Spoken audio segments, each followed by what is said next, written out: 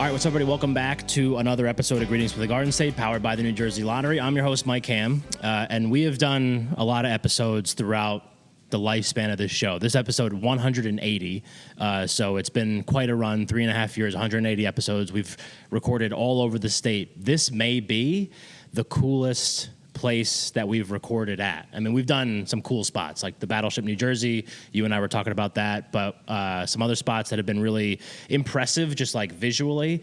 But we're here today at Ellis Island, but specifically the south side of Ellis Island, correct? That's correct. And we're here with Jim Dessicino. That's also correct. Nailed it. Yes. Unless you're in Italy, then it's incorrect. Okay, but we'll get into that.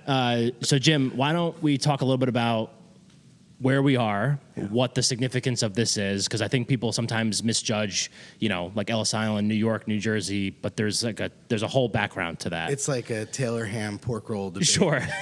Yeah. But, definitive because of the New Jersey, New York divide. And the federal Supreme Court. Yeah, so, of course. Yeah. Got to respect them, I guess. Yeah.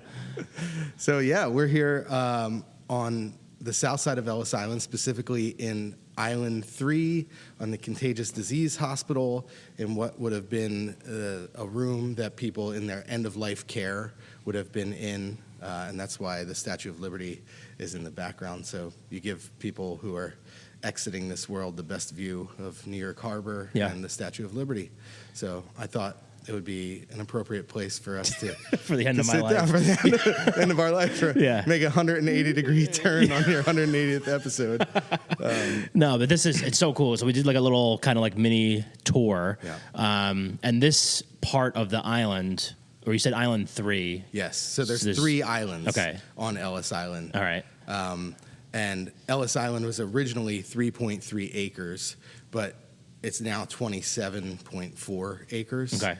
And the majority of that acreage is New Jersey. So it's over 81% of the acreage is New Jersey. Per the Supreme Court, 1998, there was a decision made that gave all of the newly added material to New Jersey. Yeah. So, and that's a long and complicated story, but basically the way that the Hudson River divides the border between New York and New Jersey. The water of New York Harbor is New Jersey's. The pre-existing islands were New York. So the Statue of Liberty is on Liberty Island, which is owned by New York. Mm-hmm. And the pre-existing 3.3 acres of Ellis Island is in New York. But all of the fill, which the majority of came from New York City from digging out the tunnels for the subway. Yeah. That now belongs to New Jersey since 1998. And so then our organization that I work for, Save Ellis Island, was founded in 1999. Governor Christie Todd Whitman formed a committee to create an organization that would be like a parallel organization for New Jersey to the other organization that existed for a long time, which is the Statue of Liberty Ellis Island Foundation, but that's a New York-based foundation. Sure.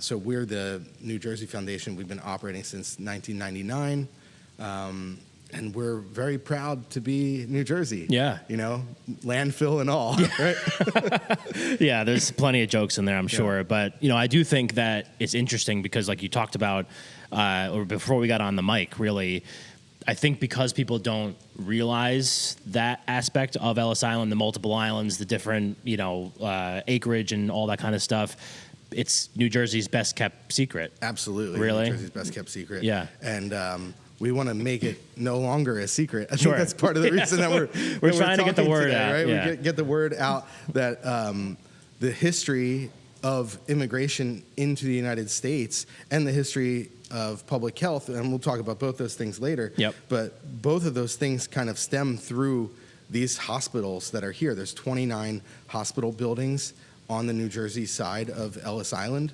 There's 35 buildings in total on all of Ellis Island, New York and New Jersey combined, but we have 29 of those buildings. Yeah. And it's our mission and goal to tell our mission is to tell the story, to reinterpret that story for new generations. And then the goal is to restore some of these buildings beyond the level of arrested decay so they can be used for future generations, so we can preserve that history that's not just important to New Jersey, but to all people all over the world. Yeah.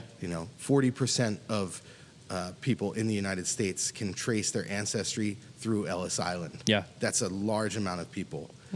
Totally. Especially because Ellis Island only operated from 1892 until 1954, and the immigration law of 1924 really changed the way immigrants came through. So very few immigrants came after 1924 through Ellis Island. Mm-hmm. So we're talking like basically 1900 to 1924, 12 million immigrants came through Ellis Island, which is like really... It's like hard to even like wrap your head around that number, and just to like think about like, obviously we're, in the hospital buildings and all that kind of stuff over here, but just like the sheer volume of people coming over on essentially a daily basis.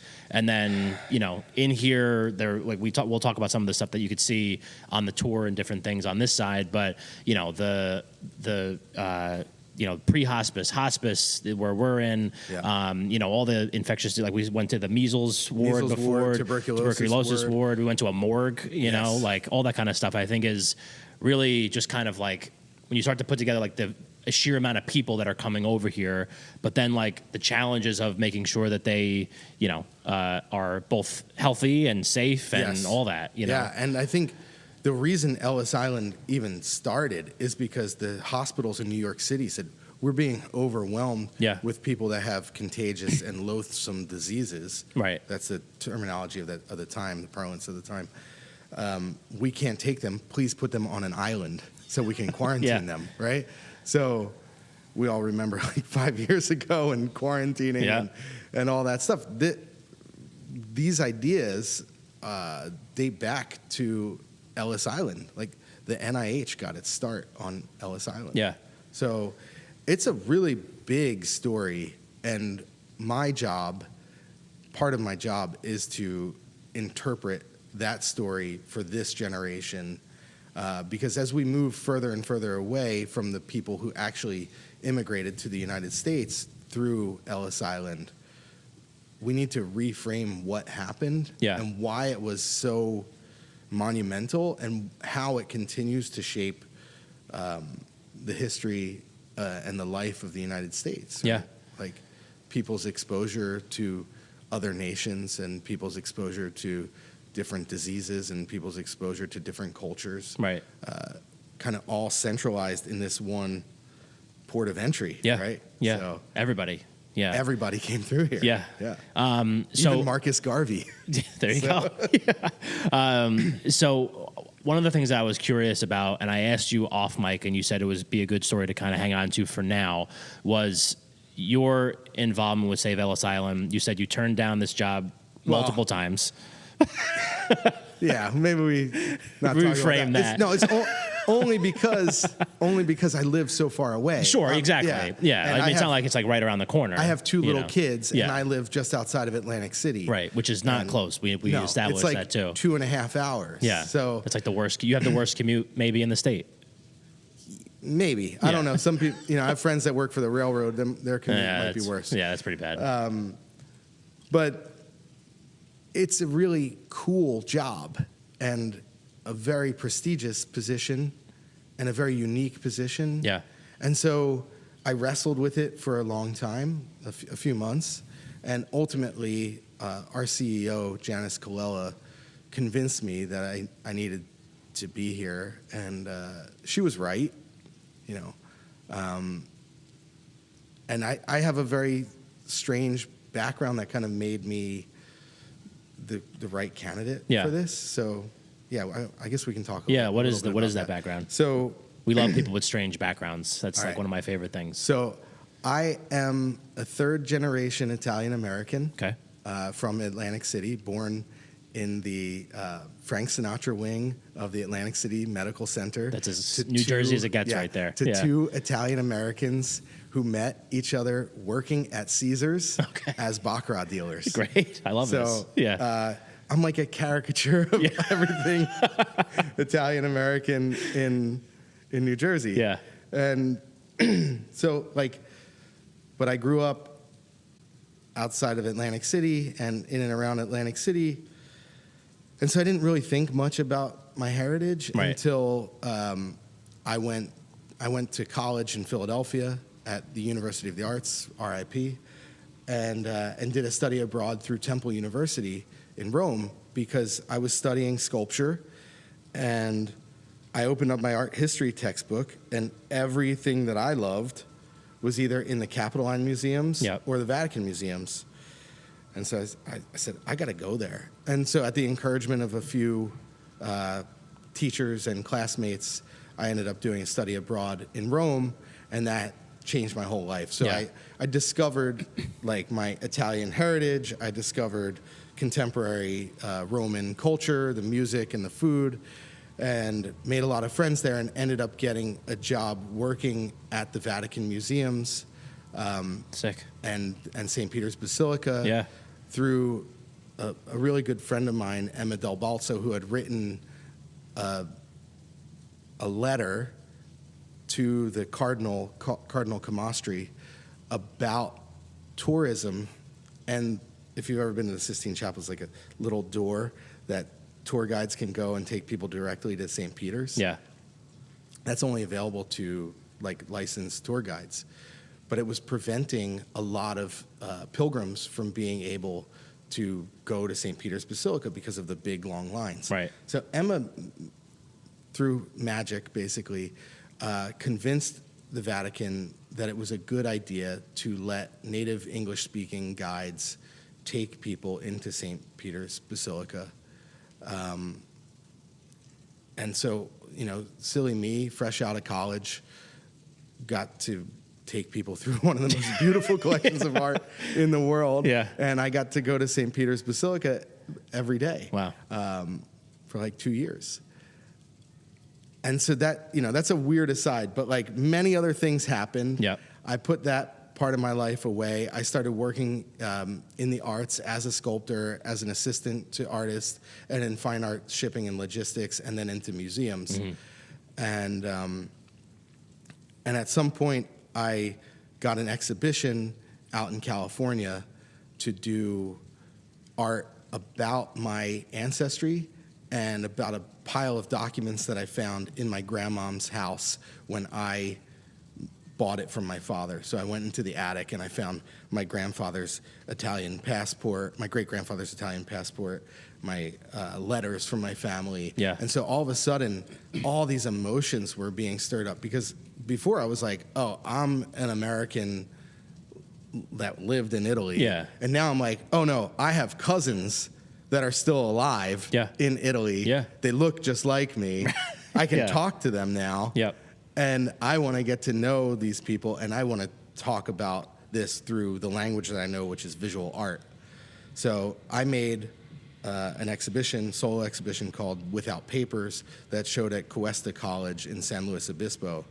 And then it came back to New Jersey, and it showed at Stockton University, the Noise Museum, Kramer Hall in Hamilton, which is where a lot of my family immigrated to. And they were having their 150th anniversary of the town. So that kind of all lined up. Very where cool. This immigrant experience happened to directly. You want to take a pause with that? No, okay. We'll be fine. That immigrant experience just kind of lined up exactly with what I was thinking about with the history of that town, all at that time, and also during that first migrant crisis, where people were like washing up dead on the shores of Sicily. And so I needed to make some art about that. So I did that, and then nothing really happened, and I didn't really sell much of that show. It's the life of an artist. Yeah. Like, and I understand, you know. So then I kind of didn't think about that for a long time. You put it in a box, put it away. Put it in a box, put it away. Started working for a company that called Rome Art Residencies that takes people to Italy, teaches them painting, drawing, sculpture, and it's an artist retreat program.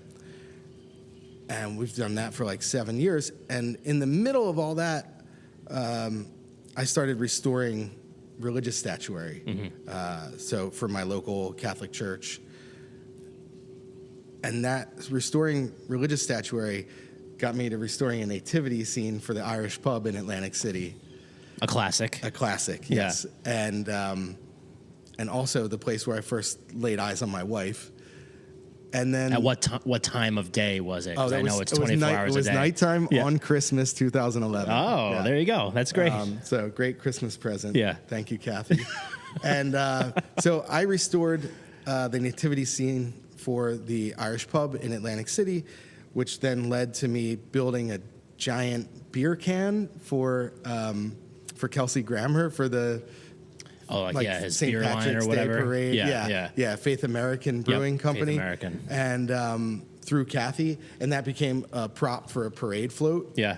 And this is a crazy story. This is a crazy story. So through all that, I discovered in a roundabout way that Kathy Burke is the president of our board of directors, and she had been talking to the CEO, and the CEO was sick of hearing about this guy who restored things. So she looked me up on Google and saw the exhibition that I had made. Yeah. And then a bunch of other, art, because I had another life where I sculpted the statue of Edward Snowden, and the whole world cared about me for about 30 seconds. Yep. And so that's the story of how I came to be here. Yeah. She called me and said, "Your understanding of immigration is very compelling. I would like you to do art stuff on Ellis Island." Yeah. So that sounds really cool. Yeah. But it's really far away from my house, and I have a 3-month-old. Yeah. Yeah. So anyway, after a bunch of conversations, I ended up here, and it's such a cool place. Yeah. And not enough people get to see it. And so that's really what we're working towards, is increasing visibility, because we have 3.8 million visitors a year to the Statue of Liberty. Mm-hmm. Over 1.5 million of them go to Ellis Island. Only 30,000 of them come to the south side of Ellis Island. Yeah. And I think it's really just because people don't know that they can come here. Yeah, I think when we first talked, and that was like 2 months ago? 2 months ago? Yeah. 2 months ago when you first reached out and we started talking about doing this, and I think I called you immediately. Yes. I was like, this is so dope. We got to do something. But I remember, when you first reached out, I did not know even about this side of Ellis Island. Me either. And I spend my career right now is to talk about things in New Jersey, and I wasn't even aware.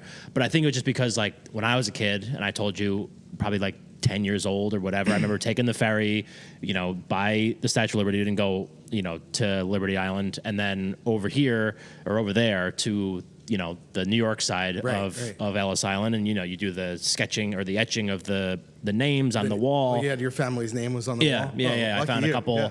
Well, I mean, I think it was, but because at that point, my grandfather's side is Di Lorenzo, and there's lots of Di Lorenzos on that wall. 1,000, so I etched a bunch. I think I did actually find his father or stepfather or something, and maybe his mother as well. And then my grandmother's side, because she had come through here also after World War II. And, I think that was just kind of what I had in my head. And I was like, it just needs a little, judging. But I didn't realize that this was a whole other world, because especially when you talk about people that spent how many days, weeks on a people boat. Could spend coming all the way over here. 2 weeks to a month. Yeah, 2 weeks to a month coming over here, crammed onto ships, coming into New York Harbor, coming into Ellis Island. But then the necessity of a thing like this, all these hospital buildings to make sure that you, like you said before, you're not transmitting diseases. You're protecting your own citizens as well as the people that are coming in, to through Ellis Island. Excuse me. But then just the more I kind of learned about it, and the more I tried to learn a little bit, as much as I kind of wanted to, because I did want to hear it from you as well, and kind of get the full experience as I get to know it. I'm still getting to know it too, and it just the more you dig, the deeper it gets. It's one of those deep mysteries, because there's a lot of mythology built up around it. Yeah.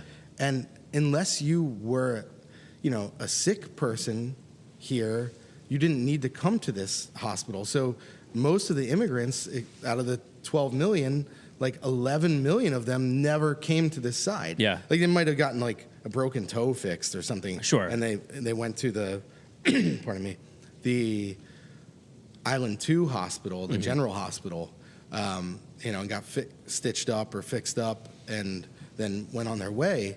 But, there were women, 350 plus babies were born on this island. That's insane. Right? Yeah. So it's like, this is a site where people entered into the world. Yeah.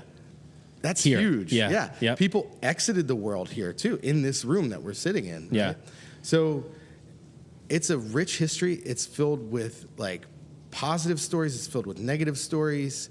And it's very complex. And so that's why people keep writing books about here and like making movies that incorporate it. I think it's why the street artist JR came here 11 years ago and did his exhibition here that's still ongoing. And it's why we started giving tours of this space, because it's a very expensive place to restore. Yeah. We don't get any federal funding. We haven't gotten any federal funding since it became surplus government property back in 1954. Yeah. So, like, we're used to that, but exposure and letting people know that this place exists and this place matters is so important. And it's like, this is the initiation point for 40% of the United States. Yeah. This one island, or 3 islands. Yeah. Right. But this is where the story starts for a lot of people. Yeah. And I think too, like, when we first walked over here and I started, like when we walked in and you're like, there's a morgue down there. And I was like, oh, let's go see it. But then I did not realize that it was a teaching hospital. Teaching hospital. And then we started looking at, like, we went into one of the bathrooms where in like the nurses station over there. Yep. And it was just like all like marble and like gorgeous, and like talking about how you wanted to make people comfortable and happy and as much as you possibly could in that time, dealing with, like you said, whatever the parlance of the time was. Contagious and loathsome diseases. Yeah. But they're dealing with that every day, but they're living here with their families and all that. To me, like, that's something that clearly doesn't get talked about enough at all. I mean, the story of the nurses alone is like worthy of multiple films. Yeah. Because they had to be single, like between 25 and 35. They lived here. They got 1 day a week off. They were never fully staffed. It was like asking a regular person to basically become a cloistered nun. Yeah. And deal with dying people. Yeah. Not that the death rate was high here. Like, it was very, very low. Even like for modern technology, it was low even for now. Yeah. But to work with people that had tuberculosis and trachoma and Favis and all these diseases you don't even hear about now. Yeah.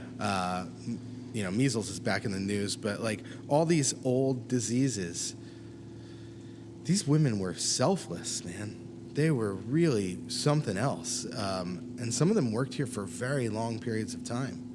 And the doctors would come here with their families, and their kids would, get ferried over to school on Governor's Island. Yeah.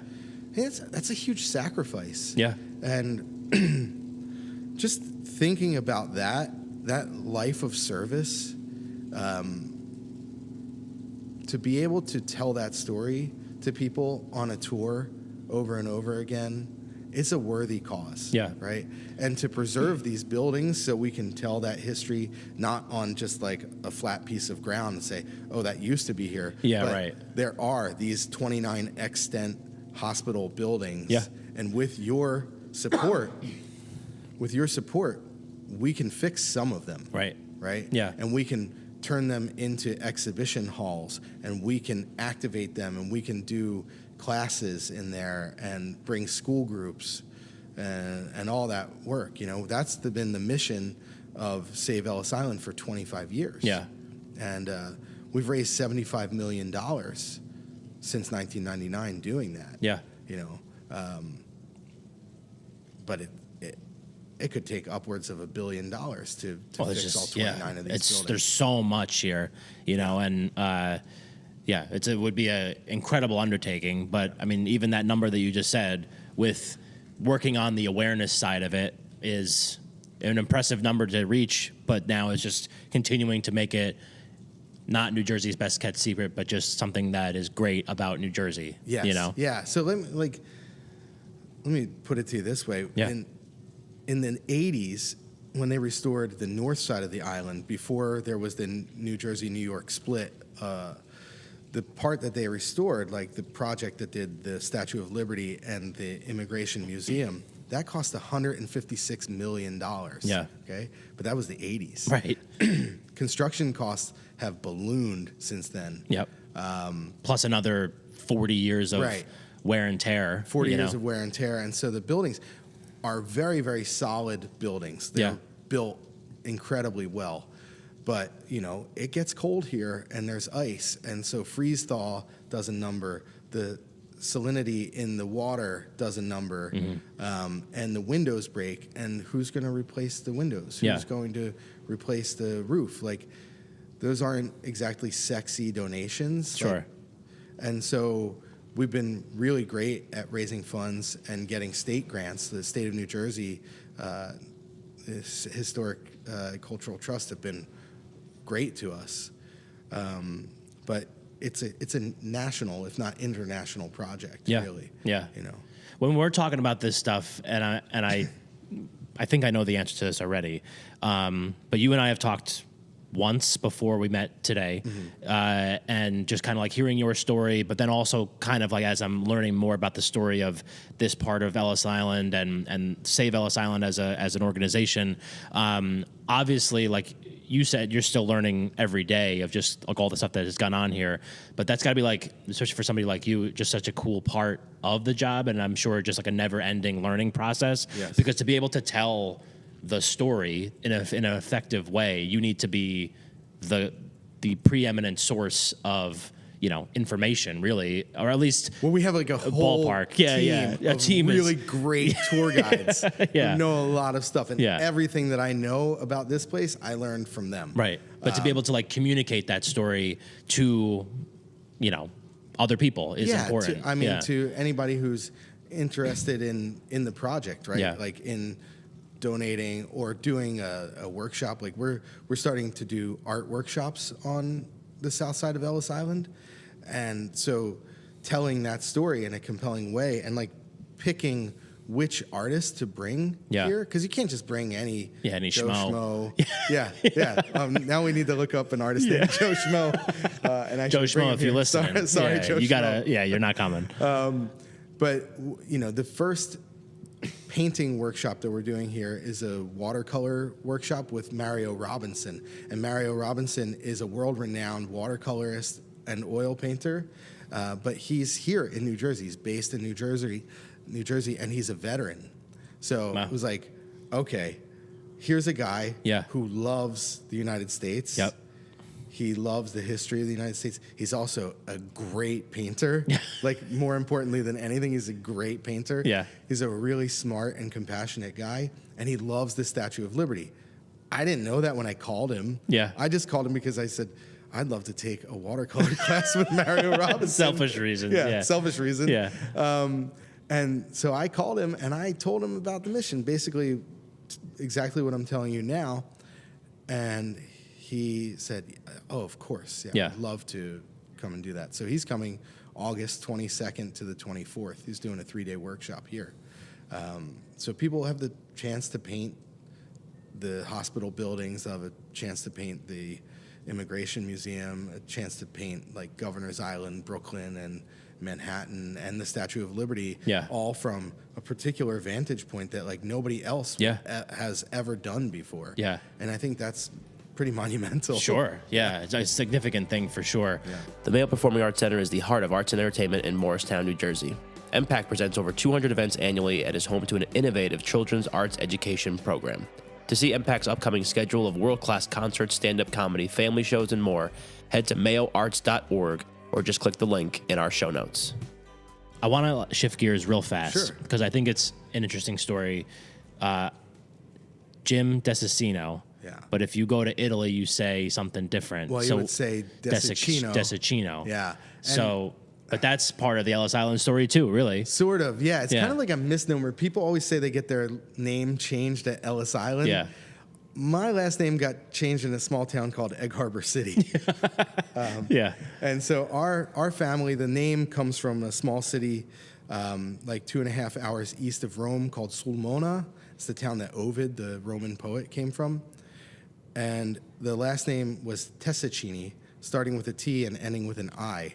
But in old Abruzzese dialect, the T becomes a D. And the Germans, because Egg Harbor City started out as an all-German town. Yeah. Some reason, my family was like the 3 Italian families that were there. Which is also unique for New Jersey. Yes. You know? Yeah. Yeah, there were like no... Why we went there? I mean, other than to build a railroad. Yeah. That's why they were there. Yeah. But one of 3 Italian families in an all-German town, and they said, "What's your last name?" And, Abruzzese dialect cuts off the vowels at the end. Mm-hmm. And so they just said, Dessicino. And they're like, oh, Dessicino. How do you spell that? And they they couldn't write. Yeah. So it was Dessicino. And if you go to the cemetery plot in Egg Harbor City and you look at the family name, it's spelled 6 different ways in the same plot. But all the same family. Yeah. All the same family. Yeah. All the exact same people from the same 9 kids of the 2 people that came over. Yep. Yeah. So that's one of those weird. They changed my name at Ellis Island. Did they really? Yeah, right. It didn't, because if our name got changed in Egg Harbor, then maybe your name got changed in Bloomfield or Morristown or wherever, Jersey City. Yeah. And not at Ellis Island. Yeah. So stop giving Ellis Island a bad rap. Yeah. I have the ship manifest. Yeah. It says Dessicino with a T and an I on the manifest. Yeah. So shifting back towards the kind of like the history and as we're talking more about history and stuff, and I asked you before, you learning the history of this side of the island and what the project is and all that, have there been stories that you've learned since working here that are some of the ones that like really stand out as like, if you're trying to convey the importance of the island and you need to, you got one in the holster and you need to give a story, you're like, hey, look at this is so cool, like what would you say? I don't want to ruin like somebody's tour and like tell a tour guide's story that's not mine. Yeah. I encourage people to come visit and experience it for yourself. Yeah. But I think just the story of what people were fed here who were in the hospital is the most enlightening thing to me. And that a lot of people, the first shower they ever had in their life was at the Ellis Island Hospital. Wow. Right? Yeah. Because like if you're coming from like Poland at that time and you had like lived in an isolated Jewish community, you might have never experienced a shower before. Yeah. And that's wild. It is. Like, you also might have never experienced a banana. Sure. So you might bite the peel. Yeah. And just not knowing. Just not know. Or an orange. Yeah. Same thing, right? Because there are all these luxuries in the United States that didn't exist in most of Europe. Yeah.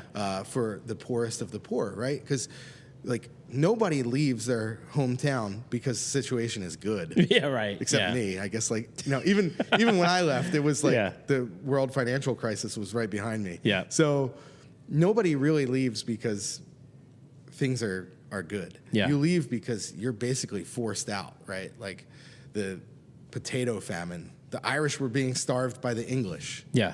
It wasn't that they only wanted to eat potatoes and potatoes weren't growing. They were forcibly. It was either starve to death or go. Yep. And so a lot of the Irish left.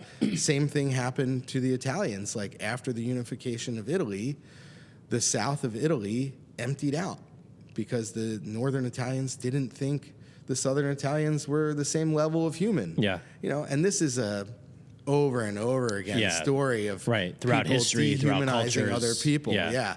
And so I think that idea that you come to America and whatever your situation is, because it wasn't easy for a lot of these people. Yeah. There was no welfare here, right? Like the main reason that they inspected people, other than public health concern, was to see if they could afford to support themselves in the United States. They didn't want you to become a public charge. Yeah. One way that you could get deported is by not having a pair of shoes. So if you didn't have enough money to have a pair of shoes, you might get deported. Wow. I mean, somebody might steal your shoes on the boat. Yeah, just And you're just an unlucky guy. yeah, And now you can't get into the United States Yeah. because you don't have shoes. yeah, because some jerk took Some your shoes on jerks the boat. took your shoes on the boat, Yeah. right? You could have been perfectly healthy when you left the port of Naples, but you were in steerage, under the water, in the dark for Ugh. 2 weeks with 3 layers of bunk beds. Yeah. And somebody's puking all over you every night. Oh my god. And you show up here and you're sick. Yeah, So those are the stories that really wow. Yeah. How fortunate is my family and your family and all the other families that actually made it through yeah, and stuck it out yep, and made a life here and then made multiple generations of people in the United States. Like there was a high level of repatriation to Italy. For some reason, my family decided to stay Yeah. in New Jersey, but they could have very well have gone back to Italy at some point. But some people found they found a life in the United States they could never find back at home. yeah, And I think that's, as much as my whole life has been Italy-centric since I was 20 and now Yeah. I'm 40. Yeah. But now I'm here on Ellis Island. I'm getting this whole new appreciation of being from New Jersey. Yep. Like I had Jersey pride growing up, yeah, but it was over silly things like pork roll or Taylor ham. Yeah, Of course, yeah. I'm a pork roll guy. Yeah, you're a pork roll guy. But now I'm learning to appreciate New Jersey with fresh eyes. Yeah. And it's through Ellis Island and the stories of other families that immigrated here that I've been able to appreciate what it means to live in New Jersey. We could have been in New York. We could have been in a tenement in New York. Yeah. Instead, we went to farm country South Jersey Yeah. and Atlantic City. Right. And we had fresh ocean air. Yeah. And my great grandparents planted peaches and had farms, and my cousin still has one of those farms. Yeah. So that beautiful part of being from an Italian from South Jersey is now my heart's beating for that pride. yeah. When I had a good question, but that answer really just threw me off. Sorry. No, it's fine. It was a great answer. So when we're talking about this place and the significance of it and all that kind of stuff. See, I'm trying to find that question as I just make some things up. Let's actually touched on it when we first started, but I do want to talk a little bit about the idea that this place is such a significant barometer. Oh no, that's what I was going to say. There we go. I'm going to edit that whole bullshit out. One of the things that I think is really interesting, and one of the things that I love about Jersey, you go around Jersey right now and different downtowns or whatever, we're an old state. What are we, third, I think? Third in the nation. Third in the nation. You're the New Jersey podcast. Yeah, no, I don't know why I just answered that. It makes me look bad. So we're third in the nation. We, obviously there's a lot of old towns. There's a lot of old places. We're sitting in one. Yeah. And I think you look at New Jersey in different areas that are starting to kind of get into the 21st century and almost kind of lose a little bit of that connection to the past, whether it's renovating a downtown or gentrifying different areas of the state, and that's just that is life. And that just happens, that is the way the world works. Yeah. But I do think that there is, and this is something that I really believe in, I look at a lot of the stuff that's happening and, money talks and I get it. And there's a lot of, AI or technological initiatives all that kind of stuff. Yeah. Those things they're coming, and it's stupid to not be on the right side of that and make sure that you are staying up and being competitive with that kind of stuff. But I think there is a need to ensure that all the stuff that makes the state special, such as this part of Ellis Island, remains part of our ecosystem, because if not, then what are we really? You know, I mean, you kind of like lose that connection to the past. You forget where you came from, and all those things that that we've been talking about for a while just kind of go by the wayside. So it's like important to really put the focus and the eyes on things like this. Yeah, I mean, we could talk about that for days. I'm sure. Days and days about the importance of history and having roots and, you know, being connected to where you're from, right? Because being from the United States, it's a young country. Yeah. I mean, it's an old country compared to the modern nation states like in Europe, like Italy 1870, and Germany 1871, and all that stuff. But they have long histories. Our history is a little bit shorter, but New Jersey's history is very long and very rich and culturally significant. I mean, like the phonograph. Just the phonograph alone, if that was the only thing that came out of New Jersey, it would be the significant. ability to communicate music and messages recorded, that's worth preserving. And I think that, as we become a more digitally focused people, right, the best thing that has come out of that, I think, is podcasting. Sure, because it I would gives agree. long format discussions between people. Other people can engage and go, wow, I didn't know other people thought the way that I do. Yeah. And so we have this like technological innovation that's bringing more humanity to a less and less personal world. Yeah. Like last week, there was a Pokemon Go event in Liberty State Park. There were 30,000 people there. And not a single one of them was looking at another person. They all were looking down at, I don't know if people still use Game Boy or Nintendo Switch or whatever it was, their phone. Everybody was looking down. Yeah. And so you have 30,000 people gathered together, but they're not together. They're not even aware. weird. Like they look up and they could see the Statue of Liberty. They could see Ellis Island. Yes. They could see, over here. But it's a little weird to me, you know? I played the original Pokemon Me when too. I was in like 8th I was a grade. red version guy. Yeah, me too. Yeah. Me and my friends, we had like a whole, like the league, like the champions or whatever. And like at the very end of the game, you had to beat all like the I'm a the little bosses. bit older than you. I don't know if we had that. Well, you had to beat all the bosses at the end of the red version, and we like made that. But you could like link your game. Say we're getting off topic, but you could link your Game Boys with people, and we just have like Pokemon battles like all through lunch and whatever. Okay. But I'm 5 years older than you. I don't know if that existed when I started that. the link cable was like mega in the mid 90s because it was like, this is going to be it. This is how you play with friends, you know?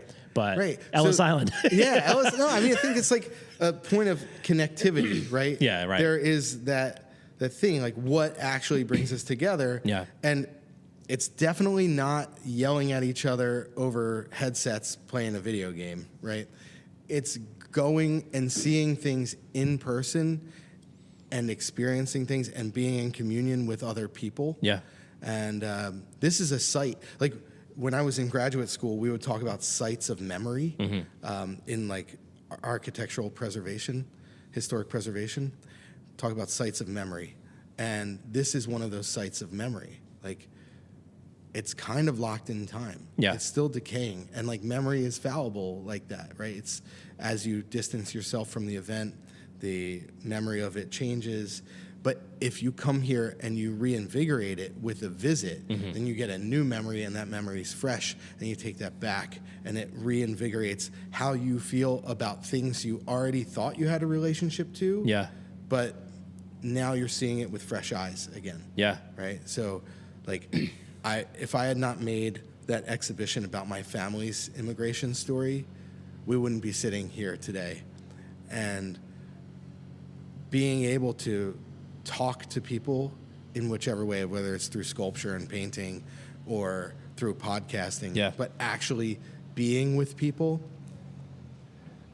I think that's like in this world where is it the next AI or whatever thing that's going to take all our jobs and make us obsolete, right? Like, let's not think about that. Because you can't stop the forces that are way stronger than you, and you can't stop money and greed and all the ills of society, right? But what you can do is make those human connections stronger and make people realize that their history and their culture has meaning, and that you're not just like 9 numbers, like that Bright Eyes song where he's like, we must memorize 9 numbers and deny we have a soul. Yeah. Right? No, you have a soul, you have purpose, you have a reason for living.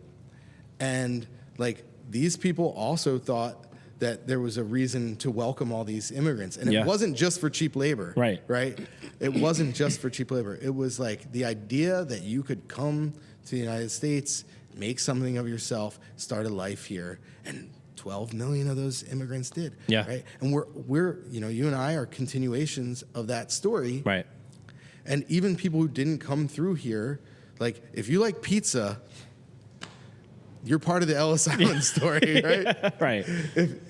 If you like bagels, you're part of the Ellis Island story. Yep. And because you're eating that food, and when you're eating food and being with other people, you are participating in that cultural exchange that had that locus of focus here. Yeah. Right on Ellis Island. I think that's so important. Yeah, me too. And I think also, like this is what we mentioned before, but just the idea that between public health and immigration, like, are obviously things that have thrust themselves into our, echelon of topics that we, the zeitgeist of things that we talk about now, and like issues, political issues, what have you. And we're not going to go down that road, but if you want to talk about the reasons why I almost didn't want to take the job, it's those 2 reasons. But then you look at how this is like a beacon of kind of just like, A, those issues will always be present, and B, and disagreements on those issues and whatever you want to talk about with those.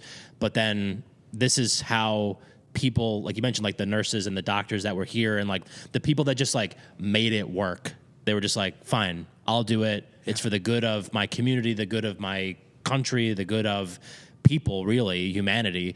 And then are here doing that job. And like, to me, just that story, if you're able to tell that, now all of a sudden you have a way to connect the path to this, their past to this. I think a really cool story, and this is a New York story, not a New Jersey story, but Fiorello LaGuardia was a translator here at Ellis Island. Oh, wow. And he spoke multiple languages, like 5 languages. Wow. And so he helped so many people come into this country. Yeah. And then he became mayor of New York City.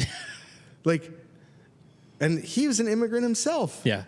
What a cool story, right? Like, let's raise up those stories that, like, you know what? Give somebody a shot. Yeah. Right? Give somebody a shot to make something of themselves. Great things can come of it. Terrible things can come of it too. Sure. But, like, let's have an open mind about what the possibilities are. Yeah. Right? I don't want to like go into the rabbit hole. Yeah. But this place is important, even if we're only couching it as the historical time period of immigration and public health at Ellis Island, 1892 to 1954, right? Even if we're only talking about that period, that's a period where the United States went from like republic to major power on the world stage. Yeah. Right? Everything happened in this spot. Yeah. Everything. Yeah. I also, when people come here, which they should, when they come here and they're taking their tour and all that kind of stuff, and I'm sure they talk about it on this tour, but you mentioned how, like, we had to cross across from one building to another building to get into where we are now, which is this super secret location that we're in. Yep. But I think it was also interesting just talking about the way that it was flooded out there. Like, how'd you get from one side? How would one get from one side to another? Because it was for health reasons. But so the islands were originally, there was one island, and then they built Island 2, and then they built Island 3, as needed because there was the general hospital, and then they needed to add a contagious disease hospital. And the hospital layout is in a pavilion style based off of Florence Nightingale's plan to separate patients by the type of disease they had so they wouldn't have cross-contamination of diseases. You don't want somebody coming in with measles and leaving with measles and tuberculosis, right? Yeah, not a great health system. Right. Yeah. So big windows, heat coming through all the time, fresh air and sunshine. The idea back then was like have lots of airflow, which is actually a really smart idea. Yeah. Because if you hermetically seal your hospital, in your HVAC system grows bacteria and viruses that only prey on humans. So fresh air is really important in a hospital. So Florence Nightingale and this hospital, pavilion-style hospital, they knew something that we kind of forgot about. Yeah. So that's worth looking into just there. Sure. Gosh, I kind of lost my train of thought about... we were talking about like the separation of the buildings and how like, so where we were, that was Island right. So there were 2? Is that correct? Island 2, yeah, we were on Island 2, and there's like a ferry slip. Okay. And during the Roosevelt administration, they filled that ferry slip in, and they made like kind of like a university quad style grass field, so people would have a higher quality of life, so they wouldn't be trapped in the hospital. Right. They could go out and get fresh air and sunshine and run and kick a ball around or listen to music. And they brought entertainers here in the 30s, 40s, and 50s. Yeah, which like, who would even know that?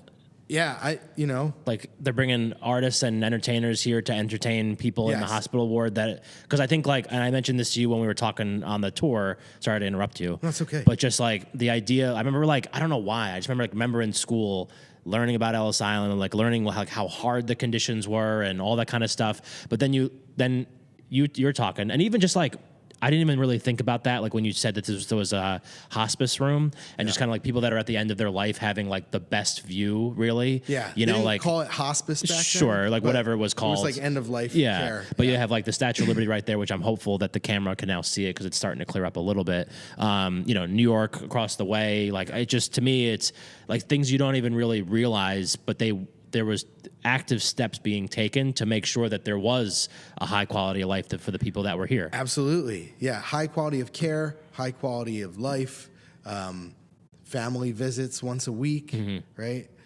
Some of the kids, like girls with Favis, which was like a fungal infection of the head, of the scalp, they could be there for an entire year. Oh my God. Yeah. Yeah. And could you imagine you're in a room with like 10 other girls, and one could only speak Polish, one might only speak Russian, one might only speak Italian.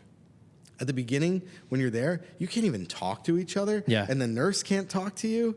And they're putting like pine sap, like pine tar on your head and forcibly pulling out your hair follicles. Oh my God. Yeah. Like the kind of pain. And you're like 6 years old and you're separated from your parents. Yeah.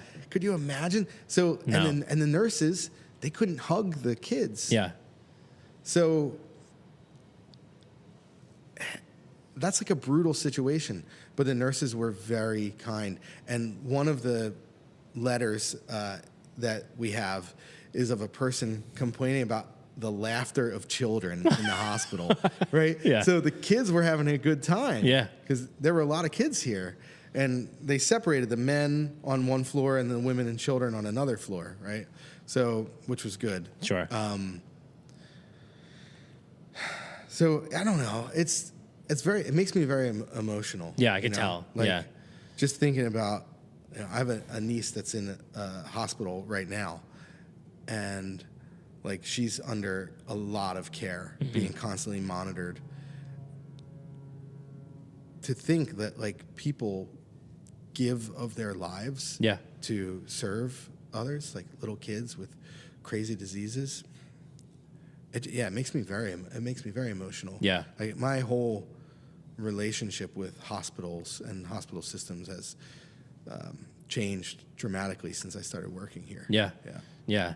It's really, honestly, it's incredible. And this whole experience, even just kind of like taking, the quick I mean, tour and you saw like 15 minutes. Of the yeah, building. I got the abbreviated tour, but then even just to like, just kind of like sit in this for a little while and just do like what I normally do. But like I said, when we kind of kicked off the episode, and just easily, if not the most interesting top 3 really like places that we've been for the last 3.5 years. And like I said before, like 180 episodes going. This clearly stands out. And just, like, I don't know. It's just one of those like aura things. Like you're sitting it for like enough time because, I could take a tour, I could do all that kind of stuff, and that's great. And like you learn a lot about what you're doing, but just to kind of just like live with it for a little bit, is a lot different. And really, and then hearing you talk about it and kind of your experiences and the history of it and what the mission is and everything, I think it's incredible. Right. I appreciate that. I'm sure everyone at Save Ellis Island appreciates that. Yeah. Appreciates you coming here and giving us a little, airtime for this feature. Totally. Because we can only tell the story to as many people who have ears to hear it. Right. Right. And with each passing generation, it gets a little further and further from the original connection to the people who came through Ellis Island. Yeah. And so these like stories about public health and about the arts here, it's a way to keep this story current, right? Yeah. And to make this place, to give it a second life, or a third life or fourth life here right now. I encourage everybody to come take a tour. Yeah. Like we do school programs. So if you're a teacher listening to this, like consider coming to the south side of Ellis Island. It's a different experience for your social studies groups, like for your arts children, any of those things. Like if you're talking about immigration, or you're talking about health, if you're talking about history and architecture in the classroom, this is a place to come visit. Yeah. It's a really good place to come visit. Absolutely. We do fantastic educational programs for kids from, ages 10 into college. Yeah. So, which is a great segue into if people want to learn more, where they can get involved, where they can support, whether they can book a tour, where would you send them to go do that? SaveEllisIsland.org. And if you would like to become a volunteer tour guide, that's a possibility too. Yeah. And, if you're an artist or a poet or a writer or something, you want to get involved, just send us an email. Reach out on the website, SaveEllisIsland.org. Yeah. Yeah. And booking a tour, we do tours 7 days a week. Awesome. We do 6 tours a day, 7 days a week. Wow. Yeah. That's great. Well, Jim, thank you Mike, thank for you. having me out here, and I appreciate the time and the stories and, the tour too. You did a great job, I think, on the tour. Thank you. So we'll make sure we put SaveEllisIsland.org in the show notes. People just go click it, reach out if you have an idea of doing stuff, because we work with a lot of artists, particularly on, musicians and all that on the radio station side. There's all kinds of possibilities, and I'm sure, like we were talking before off mic about just kind of, trying different things, and just bringing awareness to what's going on here and eyeballs. Yeah. Well, we work at the, we're a partner of the National Park Service, right? This is overseen by the Department of the Interior. It's government surplus property. It's dilapidated. So the main thing is like public safety concern, right? But as we raise money, we can make more of the buildings more stable. Yep. We might get some electricity. That's cool. Running water. Yeah. That would be great. Yeah. I've had a pee since I got here. Yeah, me too. I'll show you where the bathroom is at some point. It might be in New York. Yeah. But it's a great place. Like, please. Oh, this is so important for people in New Jersey. You don't have to go to New York City to get here. Yeah. You go to the historic railroad terminal at Jersey City. Oh. You can pay like $5 to park instead of $50 to park and take the ferry over from Jersey City. It is a lot faster. You don't have to wait in like hour plus security line. that you would have to do at Battery Park. Yeah. So I highly encourage, people from New Jersey, you're in a car all the time anyway. That's right. Just park that car in Jersey City, in Liberty State Park, and then take the ferry over. It goes to Ellis Island first before the Statue of Liberty. Awesome. Yeah. Yeah, that's great. So SaveEllisIsland.org in the show notes. We'll put greetingsfromthegardenState.com in the show notes as well, obviously, just so you can get all of our other episodes, because 2025 has been a big year of a lot of cool things. So, Jim, thank you again. Thank you, Mike. And thank you to everybody that, helped facilitate, this conversation that we just had. And this has been the Greetings from the Garden State podcast, powered by the New Jersey Lottery. We were here on the south side of Ellis Island, Island 3, with Jim Dessicino from Save Ellis Island. Thank you for listening, and we'll catch you next time.